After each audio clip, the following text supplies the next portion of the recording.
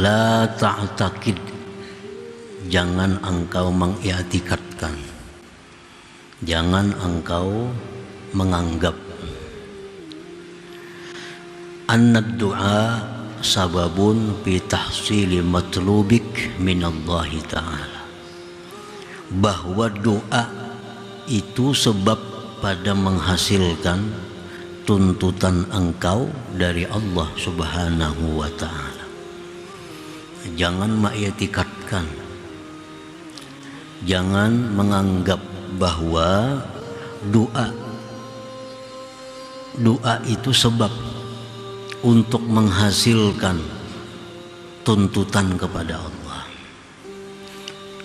Sebab berdoa ini lalu hasil. Nah, jangan demikian. Doa itu jangan dijadikan sebab untuk mencapai tujuan.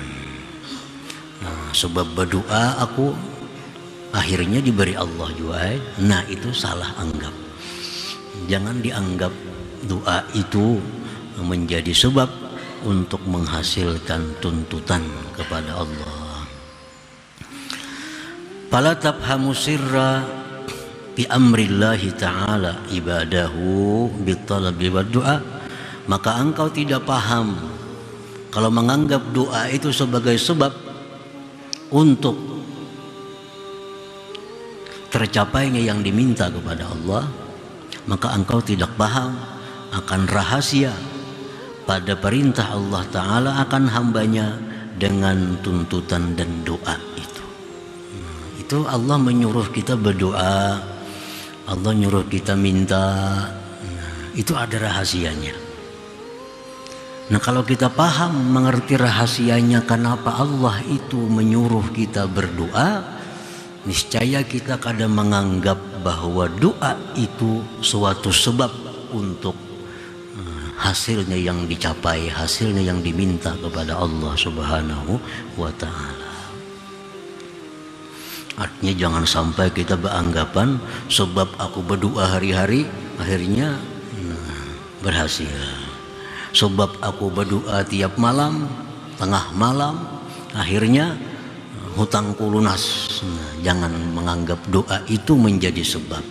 Kalau demikian berarti kada paham dengan apa yang dimaksud oleh Allah tentang doa itu. Nah, para muhibbin rahimakumullah. Lianna Allah Ta'ala la ya'muru ibadahu bittalab was-su'ali minhu illa li'izhari ibtiqarihim ilaih wa liqiyami huquqi rububiyyatih la li'ayyatasabbabu ila husuli ma talabu. Karena Allah Subhanahu wa ta'ala tidak menyuruh, tidak memerintahkan hambanya dengan menuntut dan meminta daripada Allah, melainkan untuk menampakkannya mereka akan kepakiran mereka, menampakkan akan berhajatnya mereka kepada Allah, dan untuk mendirikan hak-hak ketuhanan, bukan untuk mereka jadikan sebab kepada hasilnya yang mereka tuntut. Jadi rahasianya Allah itu menyuruh kita berdoa ini supaya kita ini sadar bahwa kita ini kada mampu. Nah, itu ternyata Allah menyuruh kita berdoa itu supaya kita ini tahu diri bahwa kita ini lemah. Allah menyuruh kita berdoa supaya kita ini menyadari bahwa kita ini sangat berhajat kepada Allah. Nah, itu rahasianya Allah menyuruh berdoa itu. Dan mendirikan hak-hak ketuhanan. Karena Allah itu, hak Allah terhadap kita ini agar kita agungkan, agar kita besarkan, agar kita muliakan. Itu hak Allah. Nah, kalau kita berdoa kepada Allah, di situ ada dua. Satu, kita mengakui lemahnya kita. Yang kedua, kita mengakui kayanya Allah. Nah, komplit sudah itu. Jadi dengan doa itu ada dua pengakuan yang secara tidak langsung. secara tidak langsung bahwa kita ini kada mampu lalu berdoa. Yang kedua, Allah Maha Kaya lalu kita minta kepadanya. Nah, disitulah rahasianya Allah menyuruh kita berdoa itu. Bukan supaya dijadikan sebab doa itu untuk mencapai tujuan, untuk meminta-minta sesuatu kepada Allah. Bukan itu rahasianya Allah menyuruh kita berdoa itu. Nah, para muhibbin rahimakumullah, makanya ada hadis yang menyatakan ad-doa mukhul ibadah. Doa itu adalah otaknya ibadah.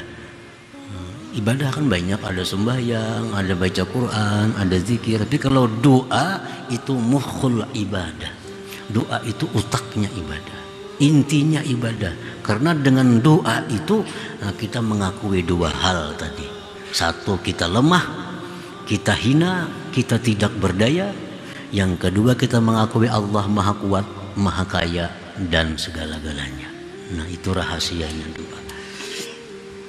Para muhibbin rahimakumullah. Fahadha fahmul arifina billahi ta'ala wa haluhum. Nah, inilah pahamnya orang-orang yang ma'rifat dengan Allah.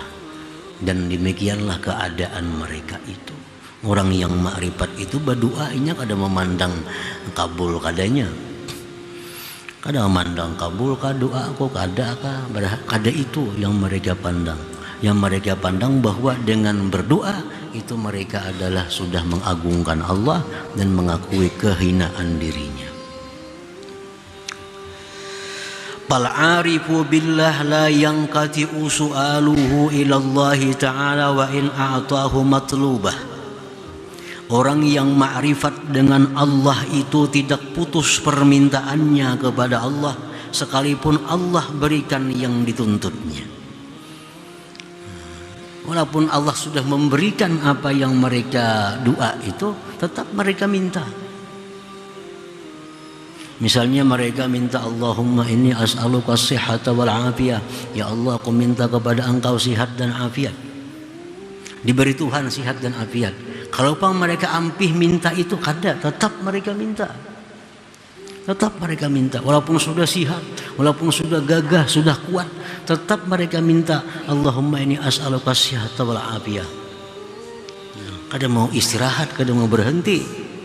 Nah, lain hal dengan orang-orang yang tidak ma'rifat kepada Allah. Mereka itu begitu Allah beri, ampihnya berdoa. Orang banyak bisi hutang, berdoa lawan tu, ya Allah lunasi hutang hamba, lunasi hutang. Tiap malam berdoa, hutangnya lunasannya kada berdoa lagi lawan itu.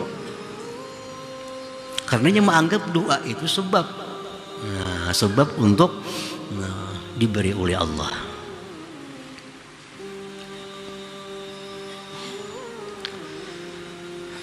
Jadi orang arif itu kalau minta kepada Allah, ya Allah berilah hamba rezeki.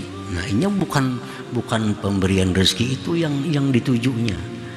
Yang ditujunya tadi ialah menampakkan dia ini perlu kepada Allah. Allah Maha Kaya. Itu yang isinya. Andai kata dia diberi Allah rezeki yang luas, tetap dia minta. Ya Allah, minta kepada Engkau rezeki, minta berkah rezeki. Nah, tetap minta rezeki kepada Allah. Jadi kada berhenti permintaannya walaupun Allah sudah memberi apa yang mereka minta itu. Wala yafriqu bainal i'ta wal man'i. Mereka tidak membedakan antara diberi dan tidak diberi. Diberi tetap minta, kada diberi Allah tetap minta.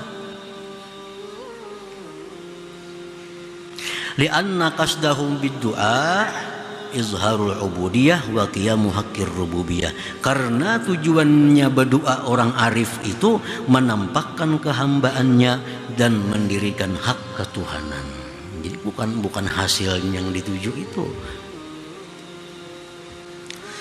Fayakunu abdan lillah fil ahwal kulliha kama annallaha rabbah fil ahwal kama annallaha rabbuhu fil ahwal kulliha.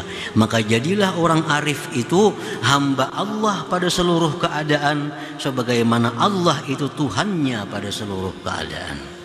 Jadi dalam keadaan sakit hamba Allah, dalam keadaan sehat hamba Allah, dalam keadaan kaya hamba Allah, dalam keadaan miskin hamba Allah.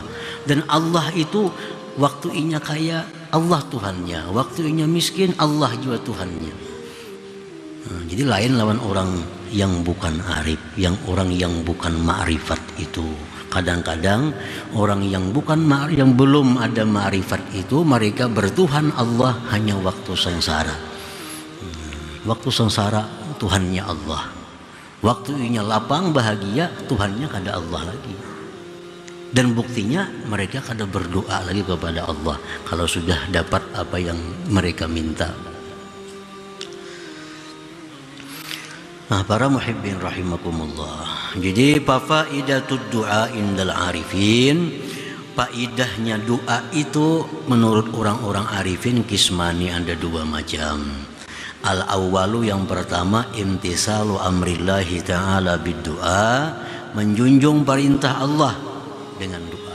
Dalam Quran banyak ayat nyuruh berdoalah kamu. Nah, faidahnya doa satu, kita dapat menjunjung perintah Allah.